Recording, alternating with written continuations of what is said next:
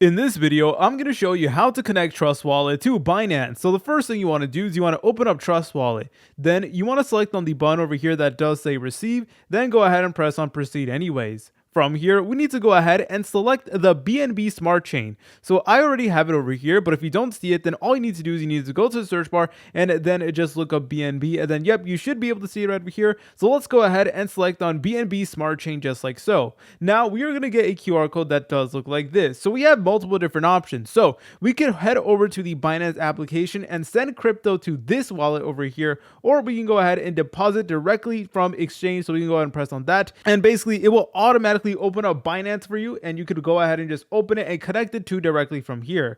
So unfortunately, Binance is not supported in my area in particular. However, if you do have Binance and you are able to log in, then it will then give you like a screen where you need to go ahead and select on how much crypto you actually want to send over to Trust Wallet, and you need to go ahead and just confirm the transaction. If you guys found this video helpful, make sure to leave a like and subscribe. I'll see you in the next tutorial.